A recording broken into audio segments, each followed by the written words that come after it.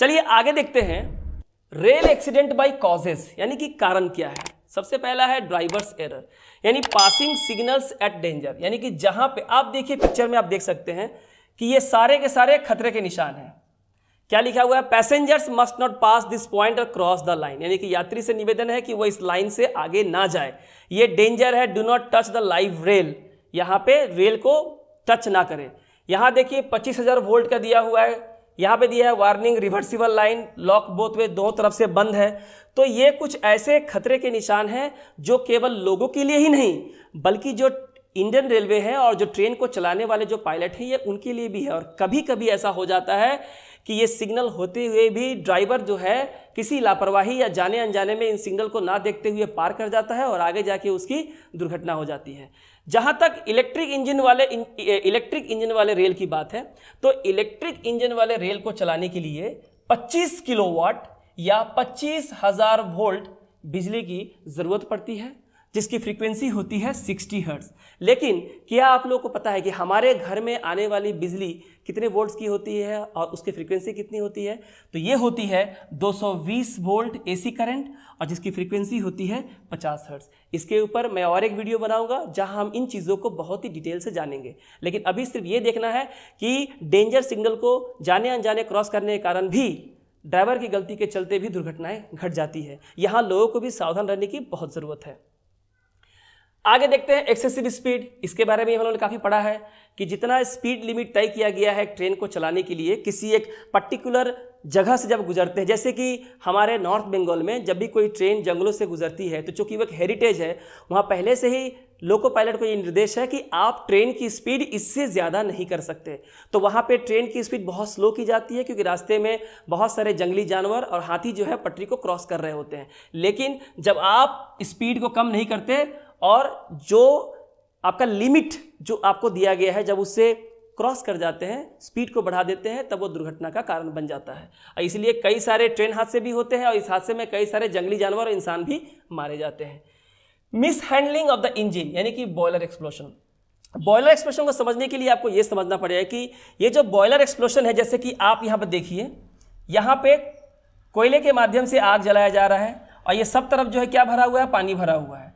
और जब ये आग जलती है तो ये पानी को बॉयल करता है, जहाँ से स्टीम भाप निकलती है। भाप में आपको पता होता है लेटेंट हीट होता है, जिससे बहुत ज़्यादा ऊर्जा होती है, बॉइलिंग वाटर से भी ज़्यादा ऊर्जा होती है।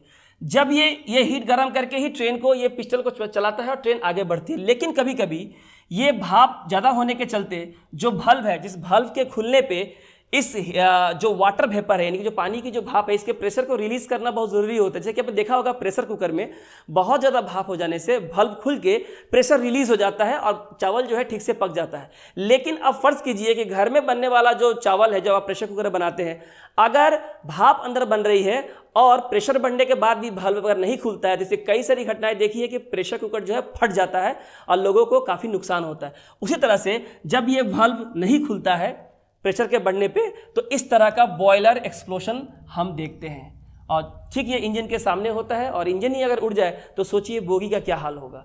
तो ये बॉयलर एक्सप्लोशन का इस्तेमाल है। हालांकि इस तरह के स्टीम इंजन आजकल बहुत कम देखे जाते हैं और ये स्टीम इंजन इस तरह से जो भाप से चलने वाले जो ट्रेन है, ये टूरिज्म पर्पस के लिए रखे गए हैं, जिन्हें अब नैरो गॉज पे चलाया जाता है। जबकि अब की बार जो इंडियन रेलवे में जो ज़्यादातर जो ट्रेन है वो ब्रॉड गेज पे चलती है। और आपको ये जानना होगा कि जो दो पटरी के बीच का जो डिस्टेंस होता है इस पर ट्रेन चलती है, उसका जो स्टैंडर्ड डिस्टेंस होता है वो 5 फीट 6 इंच का होता है, ताकि ट्रेन को प्रॉपरली चलाया जा सके। तो जो अभी जो ब्रॉड गेज, अभी जो गॉज इस्तेमाल हो रहा है वो है ब्रॉड गेज, और नैरो गेज जहाँ पे अभी इस तरह के स्टीम इंजन को वगैरह को चलाया जाता है टूरिज्म पर्पस के लिए। ठीक है, इसके अलावा स्टैंडर्ड गेज और मीटर गेज भी जो है हमारे देश में चलाया जाता है, जिसके बारे में हम लोग बाद में पढ़ेंगे। तो यहाँ पे बॉयलर एक्सप्लोशन भी कई सारे कारण हैं जहाँ पे ट्रेन हादसे होते हैं। हालांकि इस तरह के स्टीम इंजन अब बहुत कम इस्तेमाल होते हैं, जो केवल पर्यटक जो होते हैं उनके लिए इस्तेमाल किया जाता है। आगे बढ़ते हैं, देखते हैं failure to check brakes and safety system as well as sand reserve. यानी लोको पायलट यानी कि जो पायलट है जो ट्रेन को चलाता है, तो वो पूरे ट्रेन का मालिक वही होता है, उस वक्त उसका मालिक वही है, उस पूरे ट्रेन को नियंत्रण और संचालन करने की पूरी जिम्मेदारी उस ड्राइवर के ऊपर होती है। तो कभी कभी ऐसा होता है कि ब्रेक को ठीक से ना चेक करने के चलते और जो सेफ्टी सिस्टम है, जैसे कि आप यहाँ देखिए, ये जो है ये चक्के के साथ जो जुड़ा हुआ है इसे हम लोग ब्रश कहते हैं। जैसे ही ड्राइवर ब्रेक का इस्तेमाल करता है, सेफ्टी सिस्टम का इस्तेमाल करता है ट्रेन को रोकने के लिए, इस जगह की जो जगह है यहाँ पे एक वैक्यूम क्रिएट होता है, यानी कि हवा यहाँ से खत्म कर दी जाती है और ये जो ब्रश होता है वो चक्के को जोर से पकड़ लेता है और चक्के को घूमने से धीरे धीरे रोकता है, ताकि ट्रेन को सुरक्षित और सेफ तरीके से ट्रेन को जहाँ रोकना है वहाँ पे रोका जा सके। तो ये सिस्टम कभी कभी इसका मेंटेनेंस नहीं होने के चलते या ड्राइवर के लापरवाही के चलते इतना जल्दी इसको इस्तेमाल किया जाता है कि ट्रेन के बोगियों में टकराव हो जाता है और ट्रेन हादसे हो जाते हैं। तो ये बहुत ज़रूरी है। इसके बाद सैंडबैग, कितने लोगों को ये पता है कि इंडियन रेलवे ट्रेन में इस तरह के सैंडबैग, यानी हाँ ठीक सुना, इसमें बालू भरा होता है, इसका इस्तेमाल होता है। देखिए आप जानते हैं कि हमारा जो ट्रेन होता है वो लाखों टन वजनी होता है और ये रेल पे चलता है और दोनों ही चिकना होता है। आपको पता है कि वजन जितना कम होगा दो चीज़ों के बीच, जितना कम होगा फ्रिक्शन उतना ही कम होगा और फिसलने के चांसेस बहुत ज़्यादा होते हैं। लेकिन ट्रेन का वजन जो होता है वो लाखों टन होता है, जिससे चक्के पे बहुत ज़्यादा प्रेशर पड़ता है और वो प्रेशर जो है वो रेल पे डालता है। इससे चक्के और रेल के बीच जो फ्रिक्शन होता है वो काफ़ी क्या होता है, बढ़ जाता है। और जब फ्रिक्शन जहां ज़्यादा होगा वहां आप आगे की ओर मूव कर पाएंगे, आगे की ओर बढ़ पाएंगे। इस तरह से कभी कभी बारिश के समय में क्या होता है कि ये रेल जो है वो गीला हो जाता है, या कभी कभी गीली पत्तियां जो है वो जंगलों से या पेड़ों से उड़ते हुए पटरी पर बैठ जाती हैं और पटरी तो रेल और चक्के के बीच वो एक बाधा बन जाती है, उस जगह को चिकना कर देती है और इस तरह से पटरी का, चक्के का जो है पटरी से उतर जाने का खतरा होता है, दुर्घटना का खतरा होता है। इस खतरे को दूर करने के लिए सैंडबैग से समय समय पे बालू का छिड़काव किया जाता है इस रेल पे।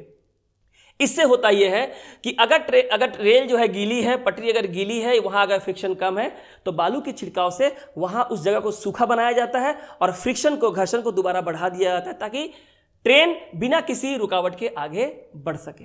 तो ये सैंडबैग का हमारा फंक्शन है, बहुत कम लोगों को पता होता है, आप लोग भी जान गए।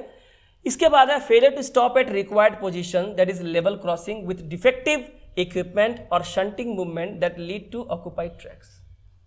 ऑक्यूपाइड ट्रैक का मतलब होता है जो पहले से बहुत सारे बोगी या ट्रेन पहले से खड़े हैं। तो ये देखिए, ये क्रॉसिंग जो है, जब हम लोग रेलवे क्रॉसिंग पे आते हैं, आप लोग भी अपनी जगह पे इस तरह क्रॉसिंग देखे होंगे, जब ट्रेन आती है तो क्रॉसिंग को बंद कर दिया जाता है। अब ये क्रॉसिंग आमतौर पे 3 तरह के होते हैं। सबसे पहला अगर यहाँ देखिए, ये जो क्रॉसिंग आप देखते हैं, आपने देखा होगा लाइनमैन गार्ड को इस तरह से चीज़ों को घुमाता है और ये जो बैरक होता है जो बंद करता है, ये धीरे धीरे नीचे आता है और जब ट्रेन चली जाती है तो इसे उठा दिया जाता है। इसे हम लोग मैकेनिकल कहते हैं, ये होता है मैकेनिकल, इसे खुद हाथ से किया जाता है, ठीक है। इसके लिए मशीन होता है, मशीन को घुमाया जाता है। अगर आप यहाँ देखिए, यहाँ दोनों तरह के मशीन जो आजकल आधुनिक युग में ट्रेन की पटरी को बंद करने के लिए किया जाता है, ट्रेन आ रही होती है, यहाँ पे देखिए एक पाइप होता है जिसे एक आदमी जो है, लाइनमैन जो है, खींचकर बंद करता है, ये इसे कहते हैं मैनुअल। और एक और यहाँ पे लगा हुआ जो आप देख सकते हैं, यहाँ पे एक स्विच होता है, यानी एक हाइड्रोलिक पद्धति पे काम करने वाला क्रॉसिंग है, जिसमें से एक बटन दबाने से ये जो है गेट जो है बंद भी हो जाता है और आसानी से खुल भी जाता है। तो यहाँ पे दोहरी सुरक्षा है। तो बहुत स्टेशन पे कहीं पे हाइड्रोलिक होता है, कहीं मैनुअल, कहीं मैकेनिकल और कहीं पे ये दोनों पाए जाते हैं। तो इस तरह से कभी कभी कुछ गलतियां हो जाती है। पैसेंजर भी जो है, लाइन बंद होता है, उसे पता है कि ट्रेन आने वाली है, लेकिन फिर भी लापरवाही से और गैर जिम्मेदाराना तरीके से रेलवे ट्रैक को पार करने की कोशिश करते हैं और खुद तो मरते ही हैं और ट्रेन की दुर्घटना के भी जिम्मेदार बनते हैं।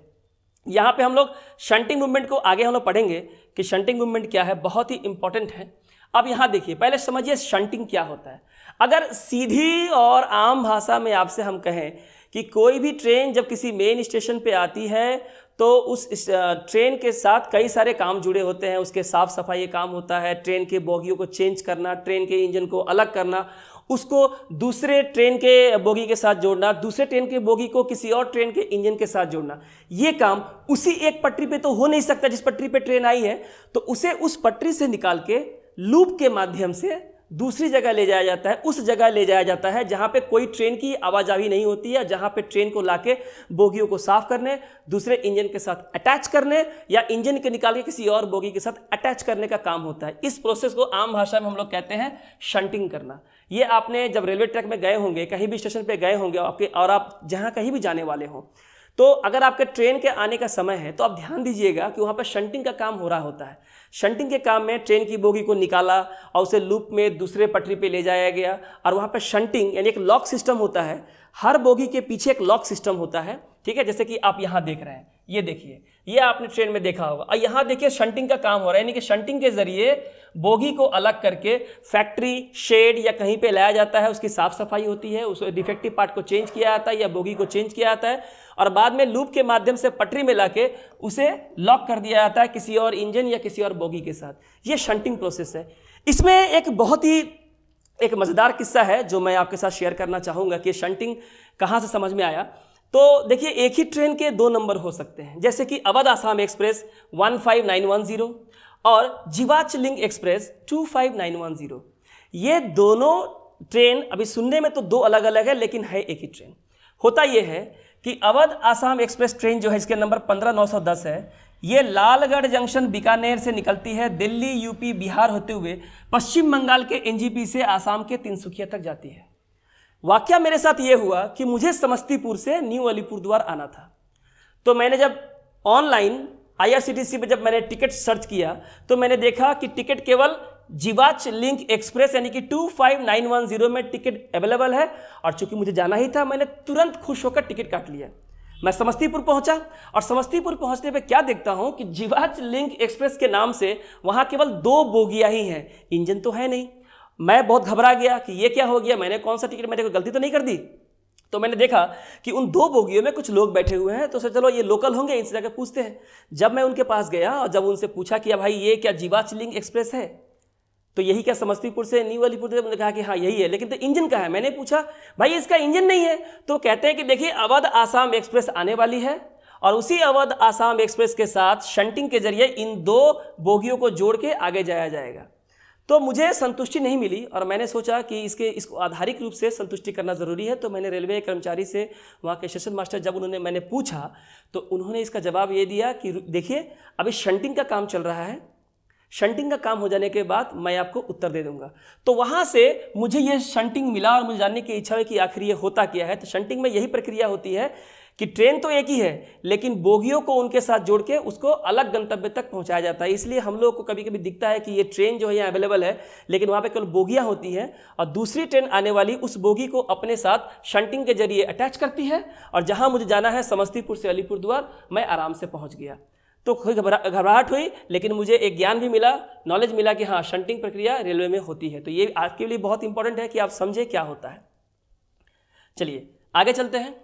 सिग्नल मैन्स एरर, यानी कि सिग्नल मैन की गलती के चलते भी रेलवे दुर्घटनाएं भारत में बहुत ज़्यादा होती है। अब ये होता क्या है, इसको समझने के लिए आपको 2 टर्म समझना पड़ेगा। सबसे पहले ब्लॉक स्टेशन और उसके बाद ब्लॉक सेक्शन। देखिए ब्लॉक स्टेशन होता क्या है, अगर आप ब्लॉक स्टेशन को समझें, ये एक स्टेशन है at which the driver has to obtain an authority to proceed in order to enter next block section। देखिए आप पटरी पे आप ट्रेन चला रहे हैं, आप ड्राइवर हैं, आपको ट्रेनिंग हुई है, आपको पता है कि आप ट्रेन को आंख बंद करके नहीं चला सकते। एक स्टेशन से दूसरे स्टेशन जाने के लिए, एक ही स्टेशन के अलग अलग सेक्शंस पे जाने के लिए जब तक सिग्नल क्लियर ना हो आप आगे नहीं बढ़ सकते। तो ब्लॉक स्टेशन में क्या होता है, एक ऐसा स्टेशन जहां पहुंच के ड्राइवर को उससे आगे बढ़ने के लिए और अगले ब्लॉक सेक्शन तक जाने के लिए अथॉरिटी या परमिशन मांगनी पड़ती है, और जब परमिशन मिलती है, सिग्नल ग्रीन होता है, तो आप एक स्टेशन से दूसरे ब्लॉक स्टेशन तक पहुंचेंगे। अगर हम ब्लॉक सेक्शन, ये क्या है, it means the distance along the railway track between the 2 consecutive railway block station. अगर इस पिक्चर को देखें, यहां पे स्टेशन ए है और यहां पे स्टेशन है बी, ठीक है। यहाँ पे एडवांस स्टार्टर सिग्नल है और यह है होम सिग्नल, यानी कि स्टेशन ए पे जो ट्रेन खड़ी है, ट्रेन इस तरफ मूव कर रही है, ठीक है, मूवमेंट का डायरेक्शन ये है, और ट्रेन को यहाँ से यहाँ होम सिग्नल पे आना है जो कि स्टेशन बी पे है। और ये जो बीच का ये जो रास्ता आप देख रहे हैं, ये ब्लॉक सेक्शन है। ये क्या है, ये ब्लॉक सेक्शन है। अब ट्रेन को यहाँ से मूव करते हुए अगले इस ब्लॉक सेक्शन को पार करते हुए होम सिग्नल तक पहुँचना है। लेकिन ये चीज़ें अभी ब्लॉक हैं। ये इस यहाँ पे जो पटरियाँ है, यहाँ पे कई तरह से ये ब्लॉक हो सकता है कि मेंटेनेंस का काम चल रहा है, हो सकता है यहाँ रेलवे कर्मचारी ट्रैक को ठीक कर रहे हैं, काम कर रहे हैं, ठीक है। तो कभी कभी ये सारी चीज़ें स्टेशन बी के स्टेशन मास्टर को या जो रेलवे कर्मचारी सिग्नल देने के लिए जिम्मेदार हैं, इनको पता नहीं होता है, या जाने अनजाने ये क्या करते हैं, एडवांस स्टार्टर के सिग्नल को ग्रीन कर देते हैं, जो इसे ये बताता है, इस ट्रेन को ये बताता है कि आप अगले ब्लॉक सेक्शन में जाने के लिए आपका लाइन क्लियर है। लेकिन जब ये ट्रेन आगे की ओर बढ़ती है तो देखा जाता है कि अगले ब्लॉक सेक्शन में कर्मचारी जो है काम कर रहे होते हैं और रेलवे दुर्घटना घट जाती है। तो ये बहुत इंपॉर्टेंट है कि जिस स्टेशन पे अगला जो स्टेशन मास्टर है वो इस स्टेशन से ब्लॉक सेक्शन में आने की अनुमति देने से पहले इस बात को सुनिश्चित कर ले कि जिस ब्लॉक सेक्शन पे ट्रेन को आना है वो पूरी तरह से क्लियर है कि नहीं है, कोई भी अवरुद्ध वहाँ नहीं होना चाहिए। और अगर क्लियर है तो यहाँ ग्रीन सिग्नल मिलेगा एडवांस स्टेटस से, और वो होम सिग्नल पे आके यहाँ रुकेगा। एक ज़रूरी बात यह भी है कि जिस होम सिग्नल पे आके इस ट्रेन को यहाँ पे रुकनी है, स्टेशन मास्टर को यह भी ध्यान देना है कि ये ब्लॉक सिग्नल तो क्लियर होना ही चाहिए, साथ साथ जहां ट्रेन रुकेगी यहां से लेके यहां तक 180 मीटर की दूरी और भी फर्दर क्लियर होनी चाहिए कि अगर ट्रेन को रुकते रुकते अगर आगे बढ़ना भी पड़े तो आगे एक्स्ट्रा उसको 180 मीटर की दूरी दी हुई है, जो आसानी से सुरक्षित तरीके से ट्रेन रुक सकती है। तो यहाँ भी सिग्नल में गलती के चलते कई बार हादसे हो चुके हैं, इसलिए काफ़ी ध्यान देते हैं कि ब्लॉक सेक्शन क्लियर हो। चलिए आगे देखते हैं incorrect operation of signals, points और टोकन इक्विपमेंट। देखिए कभी कभी क्या होता है, अलग अलग स्टेशन पे किसी मैकेनिकल फॉल्ट के चलते या किसी भी यांत्रिक गड़बड़ी के चलते या मानव गड़बड़ी के चलते भी सिग्नल जो है ठीक से नहीं दी जाते और सिग्नल ग्रीन कर दिया जाता है। तो हो सकता है कि सिग्नल मैन ने रेड सिग्नल दिया हो, लेकिन यांत्रिक गड़बड़ी के चलते चूंकि सारे इलेक्ट्रॉनिक इक्विपमेंट है तो कभी कभार, हर बार ऐसा नहीं होता है, क्योंकि इंडियन रेलवे सिस्टम बहुत ही सुदृढ़ और बहुत ही सिस्टमेटिक सिस्टम है, तो इससे गलती होने के चांसेस बहुत ही कम होते हैं, क्योंकि रोज इसकी मेंटेनेंस होती है और चेकिंग होती है, क्रॉस चेक किया जाता है। कई बार कभी कभी यांत्रिक गलती हो जाने के चलते सिग्नल गलत दे दिया जाता है और ट्रेन वहाँ से पास होने के चलते समझ में आता है कि आगे पटरी पे कोई और ट्रेन खड़ी है, सिग्नल गलत था और ट्रेन जो है जाके दूसरी ट्रेन से टकरा जाती है। इसके बाद ये देखिए, ये क्या है, पॉइंटमैन। आपने देखा होगा कई बार आपके लोकल रेलवे स्टेशन पे, हालांकि अभी तो काफ़ी हाइड्रोलिक और काफ़ी इलेक्ट्रॉनिक हो गया है, इसे हाथ से पॉइंटमैन ऑपरेट करता है। यहाँ पे देखिए ये क्या है, ये सारे पॉइंट्स हैं, ये जो है सारे पॉइंट्स हैं। ये क्या करता है, ट्रेन जब स्टेशन पे आती है तो शंटिंग के जरिए, इसी पॉइंटर के जरिए पटरी को दूसरे पटरी के साथ जोड़ के ट्रेन को अलग लूप में ले जाया जाता है कि नहीं अब इस ट्रेन का प्लेटफॉर्म चेंज करना है, ये किसी और तरफ जाएगी और उस ट्रेन को लूप के जरिए इधर लाना पड़ता है। तो उसे इस पॉइंटर के जरिए इस पॉइंट को चेंज करके अलग अलग पटरी के साथ जोड़ने का काम करते हैं। तो कभी कभी यहाँ भी कई सारी गलतियाँ हो जाती है, मैकेनिकल गलतियाँ होती है, नेचुरल गलतियाँ हो जाती है और पॉइंट गलत होने के चलते ट्रेन उस पटरी पे चली जाती है जिस पटरी पे ऑलरेडी कोई दूसरी ट्रेन ऑक्यूपाइड है, खड़ी है, वहाँ जाके वो टकरा जाती है। तो ये भी एक्सीडेंट का बहुत बड़ा कारण है। इसके बाद जो काफ़ी इंटरेस्टिंग चीज़ है वो है ये टोकन।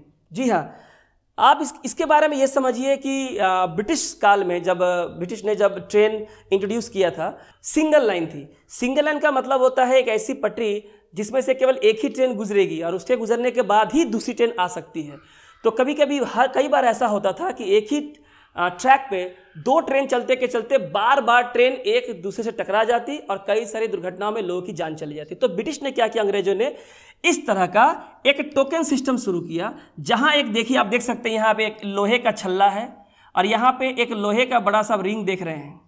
ठीक है, ये क्या होता है, इसको सिंपल भाषा में समझने के लिए, जब आपको एक स्टेशन से स्टेशन मास्टर जब आपको ये लोहे का छल्ला टोकन के रूप में देता है और जैसे ही ये छल्ला लोको पायलट के पास पहुंचता है तो लोको पायलट ये समझ जाता है कि आगे स्टेशन तक जाने के लिए, अगले ब्लॉक स्टेशन तक जाने के लिए मेरी लाइन जो है बिल्कुल क्लियर है। और जैसे ही वो अगले स्टेशन पर पहुंचता है, जैसा कि आप पिक्चर में देख रहे हैं, ये टोकन जो है वहां के रेलवे कर्मचारी को वो हैंडल करता है और फिर यहां से आगे बढ़ने के लिए वहां से फिर से एक टोकन जो है वो लेके आगे बढ़ता है।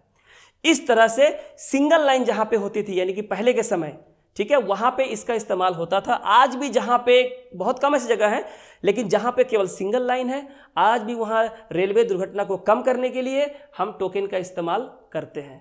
तो ये भी कारण होता है कि जहां पे रेलवे दुर्घटना हो जाती है, हालांकि अब बहुत कम है। आगे देखते हैं mechanical failure of rolling stock. अब ये रोलिंग स्टॉक क्या है? कुछ नहीं है। पिक्चर में देखिए जो बोगी वगैरह देख रहे हैं, जो वैगन, ये जो ट्रॉली आप देख रहे हैं ना, ये जो ट्रॉली आप देख रहे हैं, चक्का लगा हुआ है, ठीक है, इसे हम रोलिंग स्टॉक कहते हैं। बहुत सिंपल भाषा में समझिए, रोलिंग स्टॉक है, इसके ऊपर ही बोगी वगैरह को बनाया जाता है, ये रोलिंग स्टॉक पे चलता है। तो इसके पुअर डिजाइन के चलते, अगर इसका डिजाइन सही नहीं है, अगर ये हवा को ठीक तरह से चीर नहीं सकता या ऑब्स्ट्रक्शन को पार नहीं कर सकता, तो कई तरह से डिजाइन कभी कभी ऐसे बन जाते हैं जो दुर्घटना के कई सारे कारण हो जाते हैं, ठीक है। पुअर मेंटेनेंस, बोगी को अगर आप ठीक से मेंटेन नहीं करेंगे, शंटिंग के द्वारा साफ सफाई नहीं करेंगे, उसके मैकेनिकल पार्ट्स को, पुराने पार्ट्स को चेंज नहीं करेंगे, दुर्घटना घट सकती है, कभी भी वो रुक सकता है।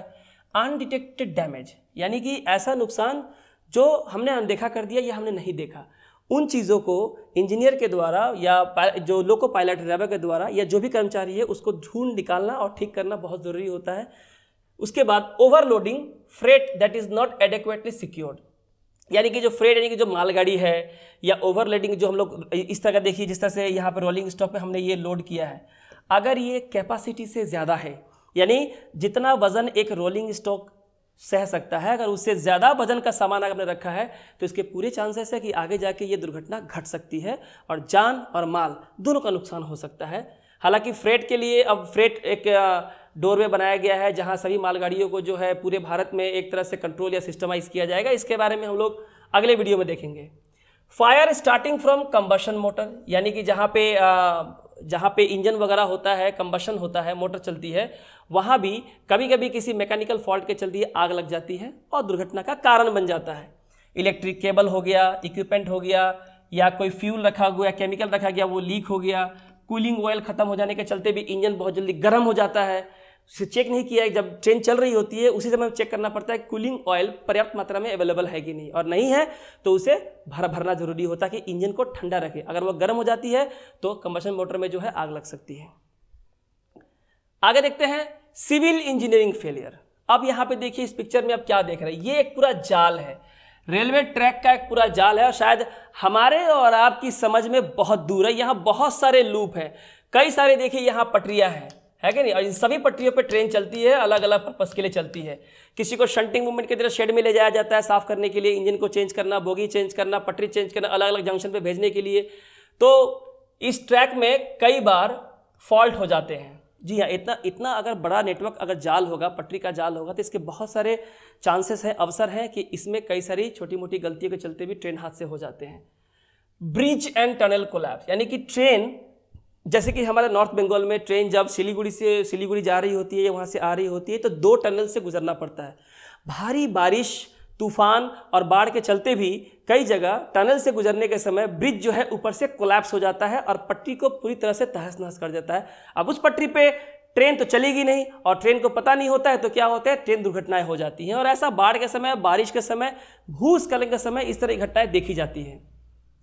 पुअर ट्रैक और जंक्शन लेआउट, ठीक है, यानी कि जैसे कि हम यहाँ देख रहे हैं, ठीक है, बहुत ज़्यादा ये नेटवर्क का जाल है और इसे समझना, ठीक है, सिर्फ केवल वहाँ के जो टेक्निकल लोग हैं, जो इंजीनियर, उनके बस का ही सवाल है। तो इसमें गलती करने की बहुत कम गुंजाइश है, यानी यहाँ आप बिल्कुल भी गलती नहीं कर सकते हैं। यहाँ गलती करने का सवाल है सीधे सीधे ट्रेन हादसा होना और लोगों की जान जाना, तो आपको जवाब देना पड़ सकता है कि भाई ऐसा क्यों हुआ। इंजीनियर पे सवालिया निशान उठ जाएंगे। इसके बाद है एक्ट्स ऑफ अदर पीपल। भाई हम लोग किस तरह से जिम्मेदार है, बहुत जिम्मेदार है। किस तरह जिम्मेदार, देखिए अदर पीपल में क्या होते हैं, हम लोग भी शामिल हैं और वो लोग भी शामिल हैं जो रेलवे के परमानेंट स्टाफ नहीं है बल्कि टेम्पररी वहाँ पे काम करते हैं, पोर्टर्स हैं, कुली हैं, कई सारे लोग हैं। अदर रेलवे पर्सनल जैसे कि शंटर्स हो गए, जो कि ट्रेन को अलग अलग लूप में ले जाते हैं, उसे लॉक करते हैं शंटिंग के द्वारा। जो कुली वगैरह हैं, मेंटेनेंस पर्सनल है जो टेम्पररी वहाँ पे आए काम करते हैं, उनको भी टेक्निकल नॉलेज नहीं होने के चलते और प्रॉपर ट्रेनिंग नहीं होने के चलते मेंटेनेंस से काम करवाया जाता है और वहाँ ह्यूमन एरर, गलती होने के चांसेस काफ़ी ज़्यादा होते हैं और जिससे भुगतान जो है ट्रेन को करना पड़ता है, इंडियन रेलवे को करना पड़ता है। नॉन रेलवे पर्सनल जो रेलवे के कर्मचारी नहीं है, टेक्निकल नॉलेज नहीं है उनको, लेकिन वो काम कर रहे हैं। एक्सीडेंटल दुर्घटना, यानी कि accidental track obstruction that is which road vehicles और बाय वर्किंग कंस्ट्रक्शन व्हीकल। यहाँ पे क्या होता है, जो ट्रैक होता है जिस पर ट्रेन को चलना है, कभी कभी वहाँ पे दूसरे व्हीकल जो है रेलवे का, आपने देखा होगा जहाँ पे लोग ट्रेन पटरी पे जो एक चक्का लगा के जो है लोग चलते हैं और चेक करते हैं कि पटरी सही है कि नहीं है, या कई तरह के वर्किंग कंस्ट्रक्शन काम होता है, यानी कि मेंटेनेंस करने के लिए वर्कर वहाँ काम कर रहे होते हैं। तो इस तरह से जब ट्रैक जो है ऑक्यूपाइड होता है तो वहाँ भी कई तरह की दुर्घटनाएं घट जाती है। डेलिबरेट यानी कि जानबूझ के, जैसे कि vandalism, terrorism, suicide, extortion, sabotage. जैसे मैंने कहा अग्निवीर घटना के चलते जानबूझ के हमारे देश की भारतीय संपत्ति इंडियन रेलवे को नुकसान पहुंचाया गया, आग लगाया गया, उसे बर्बाद किया गया। तो ये भी दुर्घटना का बहुत बड़ा कारण है। तो ठीक है, तो जानबूझ के पटरी पे कुछ डाल देना, पत्थर डाल देना या कोई भी हेवी ऑब्जेक्ट डाल देना जहाँ ट्रेन पार हो नहीं सकती, उसे हटाने के बाद ही ट्रेन आगे बढ़ सकती है। ठीक है, तो इस तरह से लेवल क्रॉसिंग का मिसयूज करना या ट्रेस पासिंग करना। ट्रेस पासिंग का मतलब है क्या, जहां आपको किसी व्यक्ति को गुजरने की अनुमति नहीं है, केवल ट्रेन के जाने की अनुमति है, लेकिन वहां भी घुसपैठ हो रहा है। तो कई तरह के घुसपैठ के चलते हमारी रेलवे संपत्ति को नुकसान पहुंचता है और अल्टीमेटली इसका भुगतान होता है हमारे देश में होने वाली बहुत बड़ी मात्रा में रेलवे का दुर्घटना, इसमें बहुत सारे हजारों और लाखों लोगों की जानें चली जाती है। आगे देखते हैं नेचुरल कॉजेज यानी कि प्राकृतिक कारण। ठीक है, ट्रैक ऑब्स्ट्रक्शन और damage by landslides, avalanche, floods and trees. यानी कि जिस ट्रैक पे रेल को चलना है, प्राकृतिक कई सारे कारण होते हैं, जैसे कि भूस्खलन, बारिश और बाढ़ के समय पूरा का पूरा पहाड़ जो है कट के नीचे गिर के पूरे ट्रैक को ही ढक देता है, वहाँ पे ट्रेन गुजरने की जगह ही नहीं होती है। एवालांचे क्या होता है, आपने देखा होगा। एवालांचे यानी कि जो बर्फ होता है, पहाड़ों पर जमा हुआ बर्फ। कभी कभी हमारे भारतीय रेल देश के अलग अलग हिस्सों से, जंगलों से, स्थलों से, समुद्र के ऊपर से, नदियों के ऊपर से और पहाड़ों के बीच से गुजरते हैं। तो बहुत सारे पहाड़ों के बीच से जहाँ गुजरते हैं वहाँ पहाड़ जो है बर्फ से ढके होते हैं। अब होता यह है कि अगर वहाँ पे उस जगह पे किसी तरह का विस्फोट होता है या बड़ी मात्रा में ऊंची आवाज़ होती है, तो पहाड़ का जो बर्फ है वो पूरे का पूरा कट के नीचे गिरने लगता है और एक बर्फ की बाढ़ की तरह पूरा का पूरा ट्रैक को बहा के ले जाता है और साथ में ट्रेन को ही बहा के ले जाता है। तो ये बहुत ज़रूरी है कि ऐसे जगहों पे ट्रेन जो है काफ़ी सावधानी से चलाया जाए ताकि इस तरह का ऑब्स्ट्रक्शन ना हो। फ्लड, अब जानते हैं बारिश के महीने में न्यूज़ में आपने कितनी बार सुना होगा कि इतनी ज़बरदस्त बाढ़ आती है खासकर बिहार, आसाम, चेन्नई में, जहाँ पे रेलवे का आवागमन पूरी तरह से ठप हो जाता है क्योंकि पटरियों पे इतना पानी भर जाता है कि पटरी दिखती ही नहीं है। ठीक है, तो वहाँ भी रेलवे को बंद कर दिया जाता है। पेड़ गिर जाते हैं तूफानों में, चक्रवात में, तो वहाँ भी रेलवे ऑब्स्ट्रक्शन हो जाता है। फॉग और स्नो यानी कि कुहासा, ठंडे महीने में इतनी ठंड बढ़ने के चलते इतना कुहासा होता है कि जो विजिबिलिटी है, जो ड्राइवर जो ट्रेन चलाएगा वो तो आगे देख के चलाएगा लेकिन उससे कुछ दिखता ही नहीं है कि ट्रैक पे आगे है क्या। इसी कारण से ट्रेन जो है वहाँ पे रुकी जाती है और जब फॉग या कुहासा क्लियर होता है, विजिबिलिटी क्लियर होती है, तो ट्रेन को आगे बढ़ाया जाता है कि आगे बढ़ने से जो दुर्घटनाएं होने वाली है उससे बचा जा सके।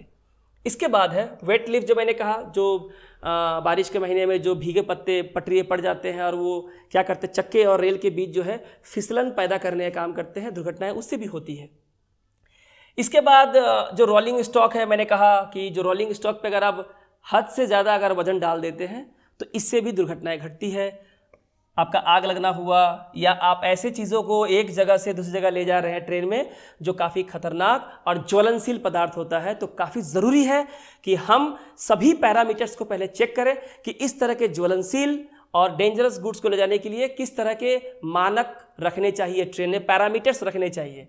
इन्वॉल्व्ड रोड व्हीकल्स और the vicinity, effectiveness of brakes. आप कोई भी ट्रेन चलाने से पहले, देखिए आम बात है, कोई भी ट्रेन चलने से पहले चाहे पायलट हो या रेलवे कर्मचारी हो, सबसे पहले ब्रेक को चेक करेगा कि ब्रेक सही काम कर रहा है कि नहीं है। और इनएडेक्वेट रूल यानी कि, और इसके लिए ज़रूरी है कि हम पर्याप्त नियम बनाएं और इस नियम को देश के हर नागरिक को फॉलो करना होगा। तो ये था कुछ ऐसे फैक्ट रेलवे के बारे में, कुछ अनजाने फैक्ट जो आपको पता नहीं है, जो मैं सोचा कि एक बार आपके सामने मैं ये लेके आऊँ, क्योंकि मुझे ऐसा लगा कि हमारे देश में लोग मध्यम वर्गीय या उच्च वर्गीय या निम्न वर्गीय जो रेलवे का इस्तेमाल करते हैं देश के एक हिस्से से दूसरे हिस्से में जाने के लिए, उनको ये जानने का पूरा अधिकार है कि हमारे देश में रेलवे दुर्घटनाएं इतनी क्यों ज़्यादा होती है और रेलवे दुर्घटना में इतने हज़ारों की संख्या में लोग मारे जाते हैं, है कि नहीं। तो ये इसलिए भी ज़रूरी है ताकि मैं आपको जागरूक कर सकूं, आप समझे, क्योंकि आप ट्रेन का इस्तेमाल करते हैं और आप दूसरों को भी जागरूक कर सके। अगर ये वीडियो आपको अच्छी लगी हो तो इसे लाइक और शेयर ज़रूर करें, और अगर आप इस वीडियो में आज नए हैं तो मेरे यूट्यूब चैनल काबिल एकेडमी को सब्सक्राइब करें। ठीक है, और आज के लिए इतना ही, मिलते हैं आपसे अगले वीडियो में। Thank you.